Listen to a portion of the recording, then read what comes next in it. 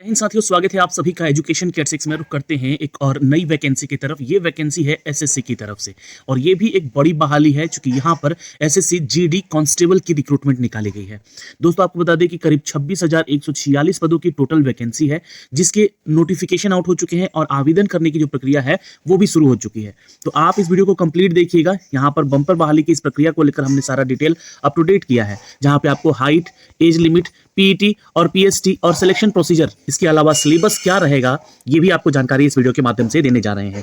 तो वीडियो को कंप्लीट देखिएगा, सारी जानकारी यहाँ से आपको एक एक करके दी जाएगी। तो पहली जानकारी यहाँ पर ये है कि देखिए, 24 नवंबर से 31 दिसंबर तक आप इसका फॉर्म भर सकेंगे। लास्ट डेट होगा आपका एप्लीकेशन भरने का 31 दिसंबर और लास्ट डेट होगा आपको पेमेंट करने का 1 जनवरी 2024।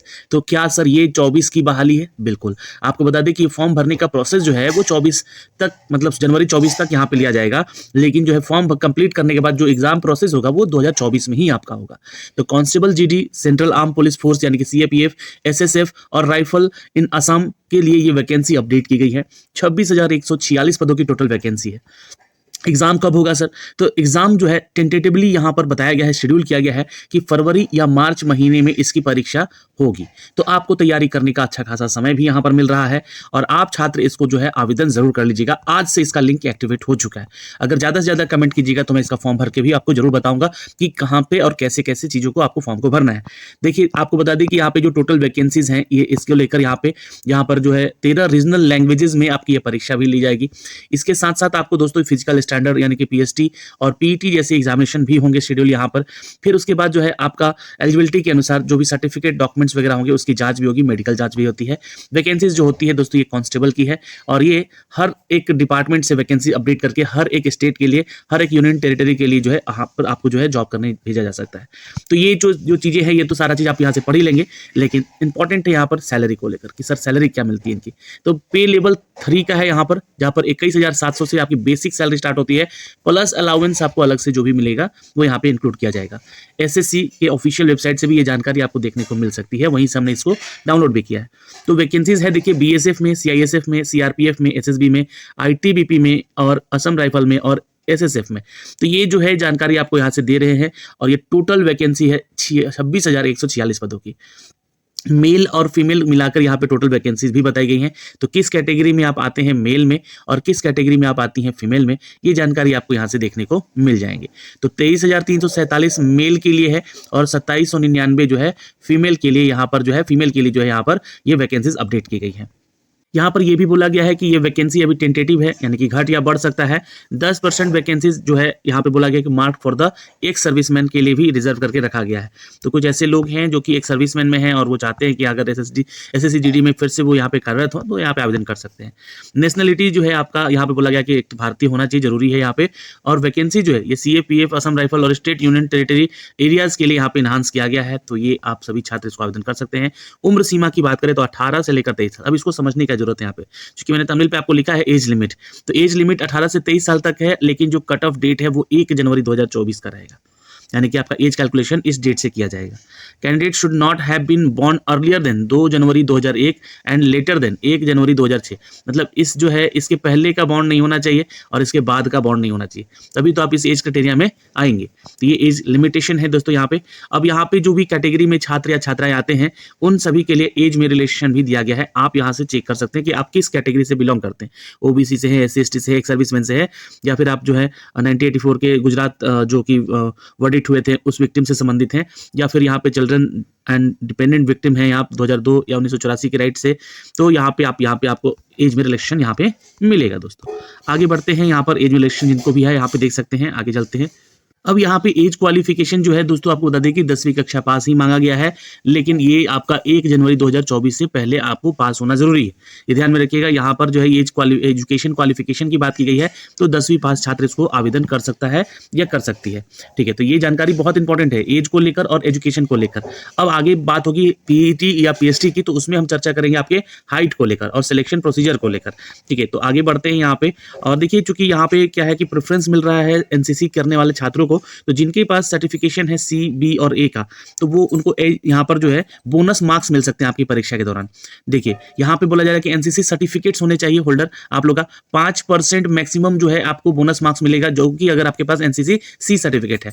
3% जो है मैक्सिमम मार्क्स मिलेगा आपको, और ये इंसेंटिव मार्क्स कह सकते हैं इसको, है ना, या बोनस मार्क्स, है ना। तो इसको जो भी सर्टिफिकेशन बी रखते हैं, और 2% सर्टिफिकेशन ए रखने वालों को मिलता है यहाँ पे।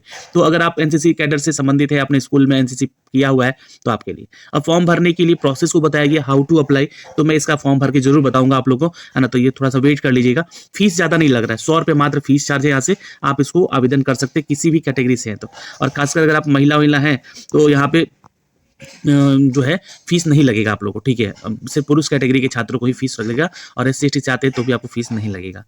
अब यहाँ पे जो है फॉर्म भरने को लेकर जब आप कोई चीज़ करते हैं, कोई गलती हो जाती है, तो कमीशन जो है, SSC कमीशन जो है यहाँ पे यूनिफॉर्मली करेक्शन चार्ज रखा है 200 रुपया, अगर आप कोई गलती करते हैं तो, है ना, और रीसबमिट कर देते हैं, मॉडिफिकेशन करेक्शन कर देते हैं यहाँ पे, तो आपको, लेकिन सेकेंड टाइम अगर आप यही गलती करके फिर जा रहे हैं भरने, तो 500 रुपये आपको करेक्शन फीस लगेगा। तो इसलिए सावधानी पूर्वक ही फॉर्म भरिए, 100 रुपये में आपका काम हो जाए, ना तो आपको 200, नहीं आपको 500 रुपये यहाँ पे लगने जाए, ठीक है। तो इस बात का ध्यान रखिएगा यहाँ पे। अगर सेंटर्स की बात करें आप लोगों के लिए, तो एग्जामिनेशन सेंटर्स यहाँ पे दिए गए हैं, आप एक एक करके चेक कर सकते हैं, और किस जोन में आप अपना सेंटर रखेंगे उस जोन को याद रखिएगा, क्योंकि रिजल्ट भी आप लोगों का इसी जोन के वेबसाइट्स पे देखने को मिलती है। तो यहाँ पे ये ध्यान रखेंगे आप लोग, है ना। सेंटर्स भी अवेलेबल है यहाँ पे किए गए, तो ये जोन वाइज सेंटर्स दिए गए हैं। अब आते हैं एग्जाम के पैटर्न पे, क्योंकि देखिए कंप्यूटर बेस्ड टेस्ट तो होगा आपका यहाँ पे, ठीक है, ध्यान में रखिएगा, लेकिन उससे पहले आपका, अब यहाँ पर एग्जाम के पैटर्न को देखने से पहले थोड़ी सी जानकारी यहाँ पे ऊपर भी दी गई है इनके सेंटर्स को लेकर, ये देख लीजिएगा कि candidate has give option 3 centres, आपको 3 ऑप्शन दिए जाएंगे, जिसे आप प्रायोरिटी देंगे वहाँ पे आपका सेंटर दिया जाएगा। दूसरी चीज़ यहाँ पे बोली गई है कि कमीशन जो है ये एकोमोडेट नहीं करेगी आपके सेंटर पे पहुँचने के लिए, आपको खुद के खर्च पे ही जाना पड़ेगा अपने एग्जाम को देने, और सेंटर पे जो आपका एग्जाम होगा, जैसे कि CBT टेस्ट होगा, PST होगा, PET होगा या मेडिकल होगा, इन सभी का जो आपको प्रोसेस होगा, ये मत सोचिएगा कि आपको यहाँ पे ये ज्वाइनिंग दिया जा रहा है, नहीं, ये आप एग्जामिनेशंस के लिए जा रहे हैं, ये बातें यहाँ पे लिखी गई हैं, आप एग्जाम दीजिएगा, उसके बेस पे आपका जो है सिलेक्शन किया जाएगा। अब जो आपका स्कीम ऑफ एग्जामिनेशन है, क्योंकि पहले आपका यहाँ पर क्या होगा, तो CBT टेस्ट होगा, जहाँ पे आपको एक कंप्यूटर बेस्ड टेस्ट से गुजरना होगा, यहाँ पे ऑब्जेक्टिव टाइप क्वेश्चन पूछे जाएंगे, जो कि 80 क्वेश्चन कंटेंट करेगा, हर क्वेश्चन 2 मार्क्स का होगा, और यहाँ पर नेगेटिव मार्किंग भी 0.25 की रखी गई है, यानी कि 1/4 यहाँ पे नेगेटिव मार्किंग भी रखी गई है। तो देखिएगा, पहला पार्ट है आपका जनरल इंटेलिजेंस और रीजनिंग का, जहाँ पे 20 क्वेश्चन होंगे और ये 40 मार्क्स के होंगे, हर क्वेश्चन 2 मार्क का होगा, और यहाँ पे नेगेटिव मार्किंग कितनी है, तो 0.25 रखी गई है, ठीक है। अब यहाँ पे आगे चलेंगे पार्ट बी में। पार्ट बी में भी आपका जो है जनरल नॉलेज और जनरल अवेयरनेस से क्वेश्चन होगा, यानी जीके और जीए से 20 क्वेश्चन होगा, 40 मार्क्स का होगा। एलिमेंट्री मैथमेटिक्स यानी कि यहाँ पे मैथ से प्रश्न होंगे 20 और 40 मार्क्स के होंगे। हिंदी और अंग्रेजी के क्वेश्चन 20 होंगे, वो भी 40 मार्क्स के होंगे। इस एग्जाम को कंडक्ट करने के लिए आपको 60 मिनट समय दिया जाएगा, जहाँ पे इसकी आप परीक्षा देंगे। सभी क्वेश्चन आपका जो है MCQ बेस्ड होगा, और ये जो एग्जाम होगा, लैंग्वेजेस की अगर हम बात करें, इंग्लिश हिंदी के अलावा 13 ऐसी रीजनल लैंग्वेजेस में भी आपकी ये परीक्षाएं होंगी दोस्तों, जहां पे आप अपने प्रश्नों को पढ़ सकते हैं और समझ सकते हैं अपने भाषा में। There will be negative marking 0.25 marks for each wrong answer. यहाँ पे हर उत्तर के लिए 0.25 जो है मार्क्स काटे जाएंगे। देखिएगा यहाँ पे मार्क्स मिल रहा है 2 आपको, और नेगेटिव मार्किंग है कितना, तो 2.5 है ना, 0.25 सीधे 0.25। तो यहाँ पे नेगेटिव मार्किंग भी बहुत कम है, तो इस चीज को लेकर यहाँ पे एक बार बदलाव हुए हैं एक बार, और उसी पैटर्न पे ये परीक्षाएं ली जा रही हैं। अब ये सारी चीजें आपको पढ़नी होंगी, है ना, अपने एग्जाम को बेस को लेकर यहाँ पे जो है चीजें यहाँ पे दी गई है। इसका रिजल्ट दिया जाएगा, अगर उसमें आपको आपत्ति होता है तो आपत्ति भी आप कर सकते हैं, है ना, इसका रिजल्ट वगैरह सब कुछ दिया जाएगा। लेकिन यहाँ पे आपका सिलेबस जो है ये आपको दिया गया है 12th नंबर पेज पे, यहाँ पे देखिएगा। तो ये आपका सिलेबस है, जैसे कि जनरल इंटेलिजेंस में क्या क्या टॉपिक से क्वेश्चन रहेंगे, या जीके जीए से कौन से टॉपिक से क्वेश्चन आएंगे, या फिर एलिमेंट्री मैथमेटिक्स से कौन से क्वेश्चन आएंगे, या इंग्लिश हिंदी से जो यहाँ पे होंगे वो किस तरह के क्वेश्चन आएंगे, जो कि आपको यहाँ पे दिया जाएगा। तो बेसिक कॉम्प्रिहेंशन टाइप का यहाँ पे पढ़ना है, तो इसके लिए कौन कौन से बुक आपको पढ़ने होंगे वो मैं आपको बाद में रिकमेंड कर दूंगा, या फिर हो सकता है किसी वीडियो की आपको देखने को लिंक में मिल जाएगा। फिजिकल स्टैंडर्ड टेस्ट यहाँ पे जो है यहाँ पे होगा उसके बाद, जो कि आपके लिए बहुत ही इंपॉर्टेंट है। और यहाँ पे ये जो होगा परफॉर्मेंस आपका कंप्यूटर बेस्ड एग्जामिनेशन के बाद लिया जाएगा। जो भी छात्र यहाँ पे सेलेक्ट होगा, ये बोल दिया गया है कि CBT जो एग्जाम पास होंगे छात्र, वही शॉर्टलिस्ट किए जाएंगे PST और PET के लिए। ये आपको जो है एग्जाम देकर ही आपको जो है फिर सिलेक्शन लिया जाएगा।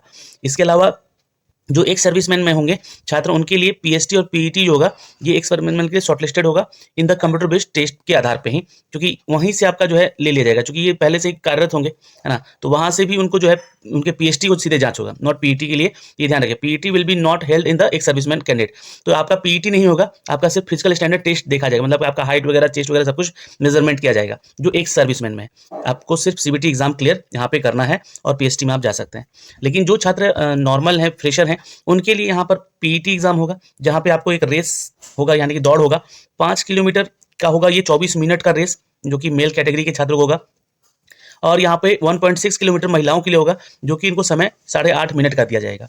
यहाँ पे जो है रिमार्क दिया गया for candidate other than those belonging to Ladakh region, उनके लिए कुछ अलग यहाँ पे होगा, यहाँ पे सिनारियो ये दिया गया है, और ये बोला है कि 1.6 किलोमीटर इन 7 मिनट मेल कैटेगरी के लिए और 800 मीटर इन 5 मिनट्स के लिए, ये सभी के लिए होगा for candidate of Ladakh region. ठीक है, ये जो है आपका देखिएगा, हम दोनों चीज दिख गया है कि लद्दाख रीजन से जो बिलोंग करेंगे उनके लिए यहाँ पर है अलग क्राइटेरिया, जो कि यहाँ पे 5 किलोमीटर इन 24 मिनट और 1.6 किलोमीटर 8.5 मिनट में फॉर कैंडिडेट अदर देन, है ना, अदर देन लद्दाख, मतलब लद्दाख से नहीं बिलोंग करते। लेकिन जो लोग लद्दाख से बिलोंग करते हैं उनके लिए ये जो है दौड़ का सिनारियो दिया गया है, मतलब कि 1.6 किलोमीटर 7 मिनट में इनको दौड़ना है लद्दाख वाले छात्रों को, और महिलाओं को यहाँ पे 800 मीटर दौड़ना है 5 मिनट में। तो ये दोनों में कंफ्यूज बिल्कुल मत होइएगा, यहाँ पे इस चीज़ का ध्यान रखिएगा। अब पीएसटी क्या है यहाँ पे, तो हाइट का सबसे इंपॉर्टेंट रोल रहता है, हाइट यहाँ पे बहुत ज़्यादा रहता है। मेल में देखिएगा तो 170 सेंटीमीटर का हाइट है यहाँ पर, और फीमेल में 157 सेंटीमीटर का हाइट है यहाँ पे। तो ये आपका जो है पहले से ही यहाँ पे प्रोडिक्ट है, अगर इस हाइट में आप हैं तो ही आप इसके फॉर्म को भरिएगा और इसके लिए आवेदन कीजिएगा। ठीक है, यहाँ पे अगर हम बात करें रिलैक्सेशन की हाइट को लेकर, तो यहाँ पे मेल जो कि एसटी कैटेगरी में छात्र आते हैं 162.5 सेंटीमीटर, महिला में जो है 150 सेंटीमीटर एसटी कैटेगरी के। वहीं हम बात करें ईस्टर्न स्टेट्स की, है ना, नॉर्दर्न ईस्टर्न स्टेट की, तो यहाँ पे जो है एसटी कैटेगरी में जो लोग आते हैं उनको 157 सेंटीमीटर हाइट मेल का है और 147.5 जो है फीमेल का है। All scheduled tribe of left wing extremes affected district, ऐसे क्षेत्र जो कि left wing extreme affected districts में संबंधित हैं, तो ऐसे लोगों के लिए 160 सेंटीमीटर हाइट रखा गया है और 147.5 फीमेल के लिए रखा गया है। वहीं पे candidate falling in the category of the Garhwal, Kumaon, Dogras, Maratha और बिलोंग करते हैं ऐसे स्टेट से या यूनियन टेरिटरी से, जैसे कि असम, हिमाचल, जम्मू कश्मीर और लद्दाख से, तो उनकी हाइट 165 सेंटीमीटर मेल के लिए है और फीमेल के लिए 155 सेंटीमीटर है। Candidate having from the north eastern state, जैसे कि अरुणाचल प्रदेश, मणिपुर, मेघालय, मिजोरम, नागालैंड, सिक्किम से आते हैं, त्रिपुरा से आते हैं, तो आपकी हाइट मेल में 162.5 की होनी चाहिए और फीमेल में 152.5 की होनी चाहिए। वहीं पे एज में रिलेक्शन और भी छात्रों को है यहाँ पे, जो कि गोरखास हैं और कुछ यूनियन टेरिटरी से आते हैं, जैसे कि दार्जिलिंग हो गया, कालिम्पोंग हो गया, कुरसोंग हो गया। 157 सेंटीमीटर का हाइट आपका होना चाहिए और 152.5 सेंटीमीटर महिला का हाइट होना चाहिए। ठीक है, चेस्ट मेजरमेंट की बात करते हैं यहाँ पे, तो 80 सेंटीमीटर जो है आपका बिना फुलाए चेस्ट का मेजरमेंट होगा और 5 सेंटीमीटर एक्सपेंशन यानी कि 85 सेंटीमीटर जो होगा ये आपका फुला कर होगा। महिलाओं के लिए कैटेगरी नहीं है यहाँ पे, लेकिन कुछ कैटेगरीज में इनका रिलेक्शन भी है, जैसे कि एसटी कैटेगरी से आते हैं तो 76 सेंटीमीटर होना चाहिए बिना फुलाए और उसका एक्सपेंशन 5 सेंटीमीटर का होना चाहिए। इन सभी छात्रों के लिए जो क्षेत्र बिलोंग करते हैं असम, हिमाचल, जम्मू कश्मीर, लद्दाख, इनका 78 सेंटीमीटर रखा गया है और जो नॉर्थ ईस्टर्न स्टेट से आते हैं उनको 77 सेंटीमीटर रखा गया है। तो ये हो गया। और महिलाओं को लेकर यहाँ पे वेट का मेजरमेंट रखा जाता है, कम से कम 48 किलो का वेट उनका होना चाहिए। तो ये हो गया। उसके बाद अगर आप इन सभी पीईटी और पीएसटी कैटेगरी को पार करते हैं तो आपका मेडिकल एग्जामिनेशन टेस्ट होता है, जिसमें कि आपको क्वालिफाई होना हो, मतलब खुद को फिट बताना होता है वहाँ पे, जो कि आपको जांच के दौरान ये पाया जाता है। कोई भी आपको जो है बड़ी बीमारी नहीं होनी चाहिए। ठीक है, एडमिशन टू द एग्जामिनेशन। अब यहाँ पे all candidate who registered themselves in response the advertisement by the closing date at the time of whose application are provisionally accepted. यहाँ पे मतलब फॉर्म भरने की बातें हो रही हैं और जो लोग अपना फॉर्म भरे हैं एग्जामिनेशन मतलब जो देने के लिए, कमीशन उनका रोल नंबर देगा और उनको एडमिट कार्ड भी जारी करेगा अगर वो एलिजिबल होते हैं। तो अगर आप एलिजिबल नहीं हैं तो आप कंप्यूटर बेस्ड टेस्ट को मत दीजिएगा, क्योंकि आपका जो है एडमिट कार्ड रिजेक्ट किया जा सकता है। ये सारी बातें यहाँ पे अपडेट की गई हैं। तो इस प्रोसेस से जो है आप इसका फॉर्म भर सकते हैं और यहाँ पे अब आगे दिया गया है फॉर्म को कैसे भरना है, तो इसका मैं वीडियो आपको बना के दे दूंगा, जिससे कि आपको कोई भी समस्या नहीं होगी। कौन कौन से डॉक्यूमेंट लगेंगे उस वीडियो में आप जरूर देख लीजिएगा। फिलहाल दोस्तों इस वीडियो में इतना ही है, फिर मिलेंगे आपसे अगली वीडियो में। तब तक के लिए अपना ख्याल रखिएगा। जय हिंद।